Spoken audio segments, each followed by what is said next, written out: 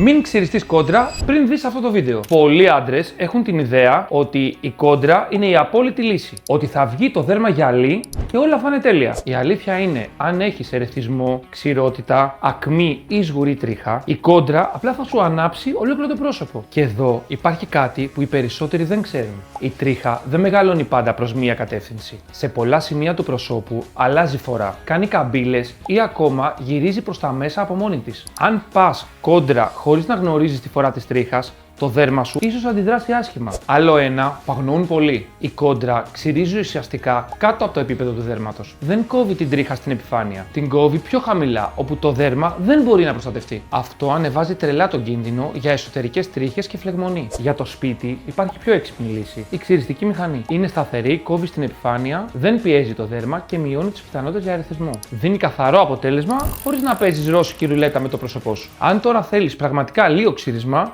το σωστό μέρος δεν είναι το μπάνιο σου. Είναι το κουρείο. Με φαλτσέτα, η οποία δουλεύεται στη σωστή γωνία, με σωστή προετοιμασία. Και με χέρι που ξέρει ακριβώς πού αλλάζει η φορά της τρίχας και πού πρέπει να γίνει το πέρασμα. Το αποτέλεσμα είναι λίο, χωρίς τραβήγματα και χωρίς ζημιά στο δέρμα. Οπότε στο σπίτι πας με μηχανή και κρατάς το δέρμα σου ασφαλές, αλλά για το απόλυτο αποτέλεσμα πας φαλτσέτα, εκεί που ξέρουν την τέχνη. Αυτός είναι ο πιο έξυπνος τρόπος να ξυριστείς, χωρίς να μπλέξεις το πρόσωπό σου σε περιπέτειες.